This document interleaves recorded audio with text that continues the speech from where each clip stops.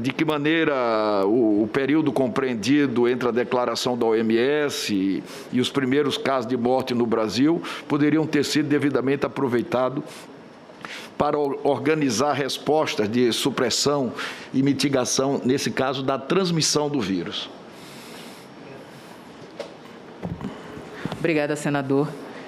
De fato, nós estamos diante de um lamentável episódio de oportunidade perdida, que reiteradamente continuamos perdendo, mas aquele momento, quando se anuncia o que está por vir, era o momento das autoridades reunirem os melhores técnicos, o melhor do que se poderia saber de experiências passadas de doenças infecciosas, experiências passadas de pandemia, porque essa não foi primeira, isso infelizmente não será a única. Era o momento de estabelecer, como diz o doutor Pedro Halal, o beabá, o beabá. Enquanto a gente não sabe os detalhes, existe um beabá. Senador, eu estudei medicina, ainda que esteja afastada da medicina já há algum tempo. Eu estudei medicina, eu me formei em medicina.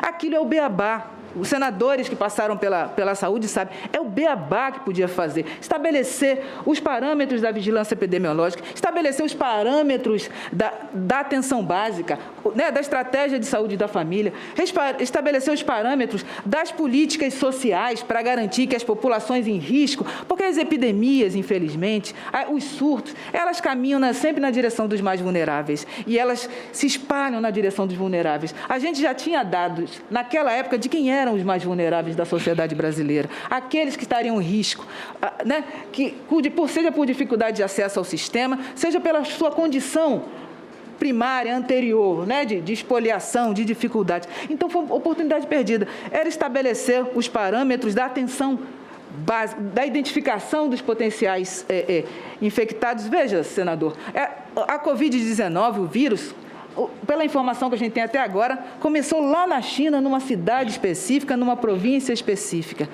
Ela viajou, senador, ela viajou.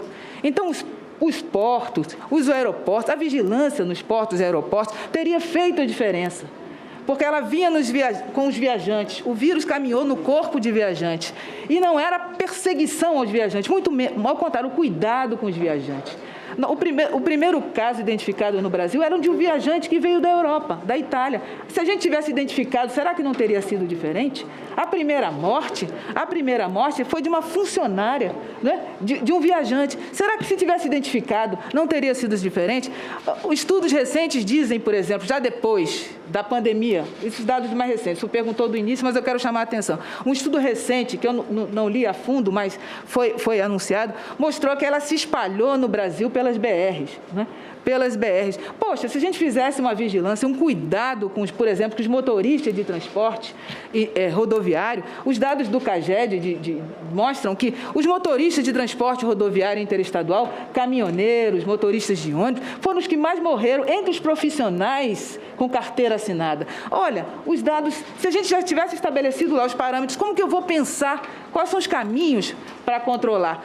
Do ponto de vista nacional, portos, aeroportos, informação, preparação do sistema de saúde, união com os gestores das outras esferas da administração pública.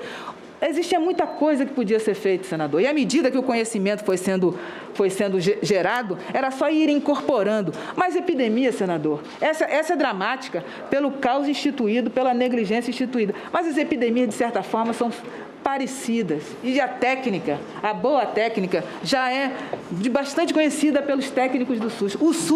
O SUS brasileiro era identificado pela sua excelência em vigilância epidemiológica, por sua excelência em controle de epidemias e pandemias. Dou aqui o exemplo da pandemia do HIV/AIDS. É claro que há diferenças. Covid é uma doença respiratória. A AIDS a gente sabe como é transmitido. Mas veja, naquele momento da pandemia, o Brasil foi o número 1 do mundo em boas práticas, porque reuniu o que de melhor tinha da gestão pública, do parlamento, da sociedade civil, para encontrar saídas com todo mundo junto para enfrentar. A gente já sabia, porque a gente era a excelência mundial, o exemplo mundial. Por que a gente não usou isso? Por que se perdeu essa oportunidade?